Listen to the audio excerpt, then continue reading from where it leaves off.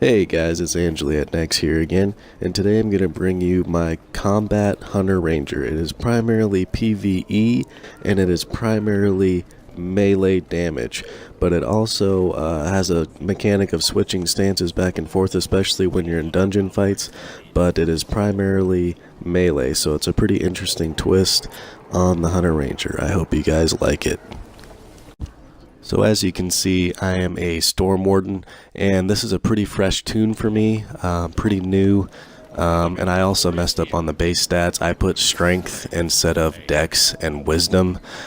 Dex and Wisdom is the way you want to go. Wisdom gives you your critical chance, and Dex gives you your damage bonus.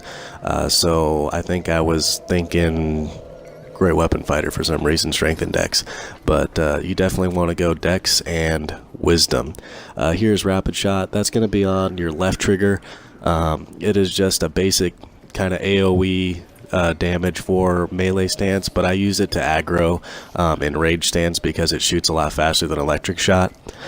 Seismic Shot, this is going to be your primary daily, especially in dungeons, just because sometimes you don't want to be up close and personal. You can step back and shoot that arrow off, and it does help with cluster for the AoE damage.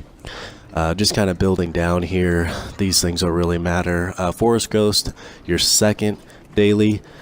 This is going to be something that you can activate probably more on boss fights, just as a more sustained AoE damage. Thorn Ward here, it is not as strong as what I'm using now. I spec'd into it, but then found out that Cordy Navarro and Plant Growth hit significantly harder, and for a larger AoE.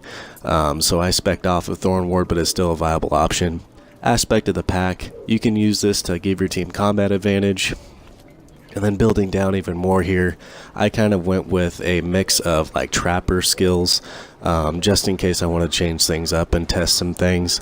You can basically swap into a trapper build. Obviously you don't have the feats for it, but Split the Sky, Throw Caution. Throw Caution is your main ability that you want to use as frequently as possible. This increases your damage in melee stance, and then Split the Sky, it does a massive AoE that shocks people that are attacking you, so it does a pretty substantial damage both ways. Blade Storm, more melee damage.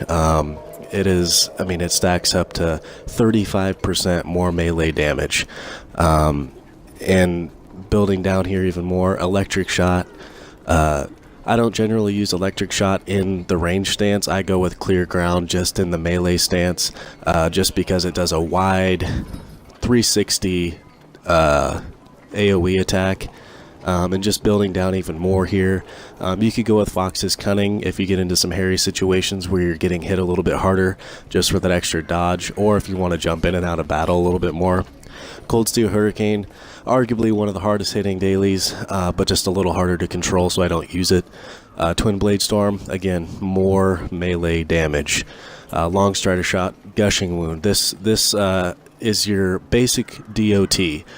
So this is what applies your bleeds and increases your damage by your team hitting them. So you apply a bleed, and then as you hit it, it increases the speed of the bleed. So your team can actually help you with damage. Seeker's Vengeance, just swap this out for boss fights, so when you're behind the boss, you can get combat advantage and do more damage. Here's the main damage of your build, Cordy Navarro and Plant Growth. As you can see, it does pretty substantial damage both ways, but it does a big AoE effect, and generally things are melted by the time you get to this, and do a couple little at-wills. That's about it.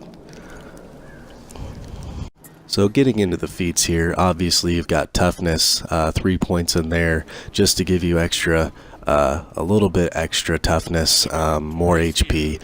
Critical chance, that's always bread and butter. A little bit of daily damage, but that's not our primary objective here, is not dealing a whole lot of daily damage.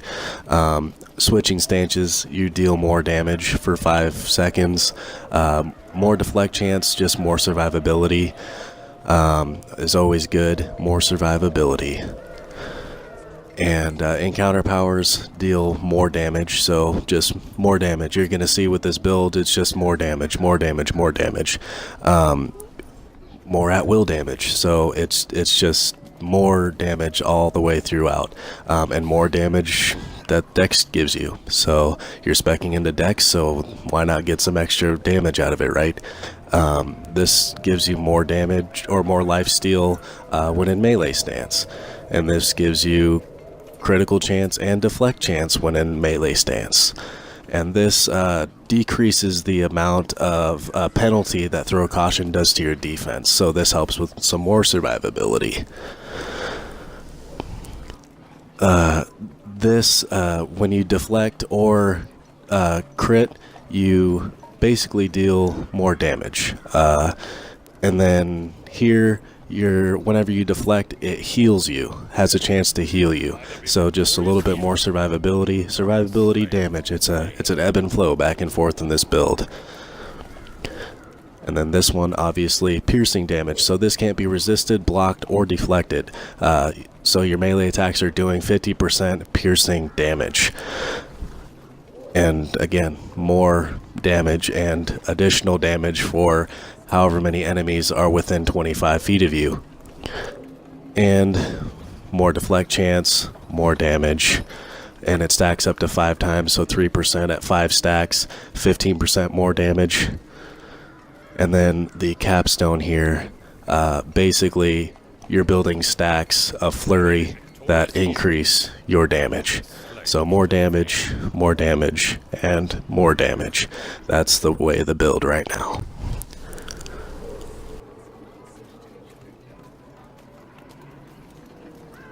As I said before, this is a pretty fresh tune, so most of these campaigns I haven't even started yet, but we'll still go through it here. Basically offense straight across the board. For Sharndar, 400 power, 400 crit strike, 3% action point gain, 20,000 arcane damage, and then Elven Fury, which is just stacks of power, so more damage. Then on to Dread Ring, again offensive, 250 crit strike because crit's a little bit harder to get, and then 400 lifesteal,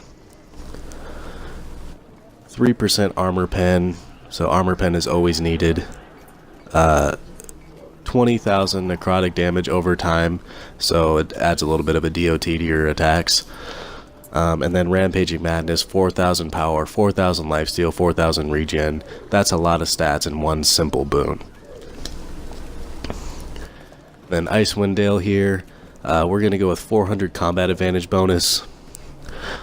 And then these next two you can go either way, 400 incoming healing or stamina regen, just depends on which way you're going to go. I would go incoming healing for me because my characters tend to be more squishy. 2% crit severity, so your crits hit 2% harder. Self-explanatory. This one, based off of your stamina missing, you gain 2,000 power at fully depleted. So this is just power waiting for you to click your left stick. And then lastly, Avalanche. You build stacks. Once you hit 20 stacks, you deal 15,000 damage to nearby targets, so just a little bit extra damage. Underdark. We're going to still go with offense, so 400 power and life, and then crit and life, and then combat advantage bonus. And then here I would go with the stamina over control resist, just because this is PvE. Control resist is more for PvP. And then lastly is going to be the 10% damage against demons. So that's just a flat out 10% against anything labeled as a demon. And then Tyranny of Dragons here. So 400 power, 400 crit, 400 armor pen, 400 lifesteal, and then you're going to go for these crit severity. So you can get up to 8% crit severity from these 3 last boons. That's a pretty substantial boost to your crit severity. Then Maze Engine, you're going to go with 5% lifesteal. And then the next one is going to be combat advantage bonus, 3% action point gain. And then the last one is going to be a chance when attacking to gain 2000 critical strike for 6 seconds. So that's a pretty substantial boost to your crit strike. And then elemental evil, we're going with power, lifesteal, and then crit strike. And then this one here is 10% lifesteal severity, so you heal bigger. And that's pretty much it for the boons there, guys. So as you can see, we're in the Path of the Blades, we're with these target dummies. So the last thing I'm going to show you is basically how the rotation works. First, the start is just the straight up melee. So basically what my general rotation is throw caution, which is on my B, and then plant growth, which is on my X, and then gushing wound, which is on my Y. So I'll show you kind of the proper rotation in real time here.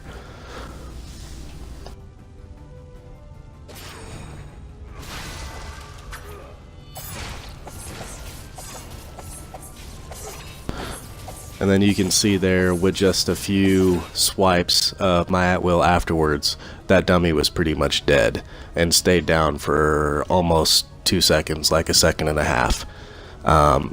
So that's pretty good damage. And then as you can see, there's the bleed ticks coming off, and that dummy over there to the left somehow got bleed ticks as well.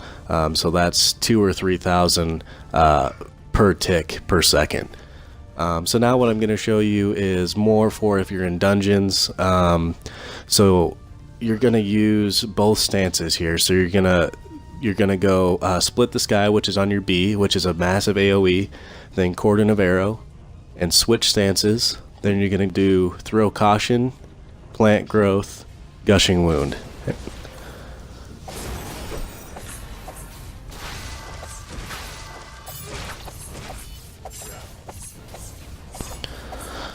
And as you can see, these 3 dummies were dead for quite some time. So that's the build, guys. And as you can see, still ticking. But I would like to thank you guys for watching this video. Don't forget to like, share, and subscribe. And don't be afraid to comment below if you have any questions or concerns. Thank you.